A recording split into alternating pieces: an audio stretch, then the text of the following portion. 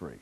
And of course we have to talk about Dr. Martin Luther King Jr. and where Dr. King stands in the 21st century, at the beginning of the 21st century, Dr. Lewis V. Baldwin.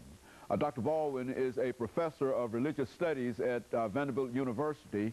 And of course, Dr. Baldwin, let me welcome you to the show today. Yeah, great to be with you again. And to tell you, Dr. Baldwin, how delighted we are to have you. Great to be here. And it's good to have you because we're going to deal with a topic that I think to be not only a topic that's made for you, but I think it's a very, very important topic because what we want to try to do today is to look at Dr. Martin Luther King and his relationship with the 21st century. That's and to have you to do so. That's right. But now, Dr. Baldwin, before we do that, let's have you to give our audience, and there might be a few people who might not know Dr. Lewis V. Baldwin from this show. I doubt if there are many but, who might not know you from this show, but give them some information in reference to your background, your education, and some of the things that were important in your life that eventually led you to this particular seat this Well, I grew up in Camden, Alabama, Wilcox County, Alabama, which is known as the so-called Alabama Black Belt.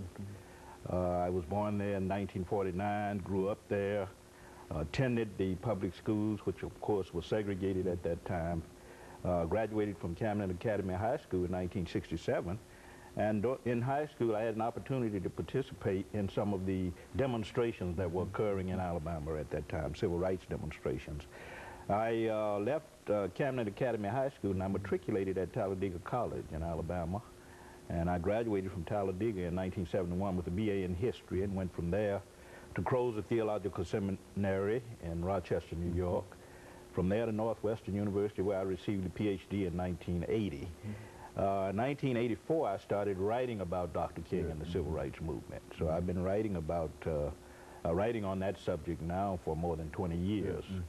I was inspired primarily by what I saw in Alabama and in Mississippi during the 1950s and 1960s in terms of civil rights activities.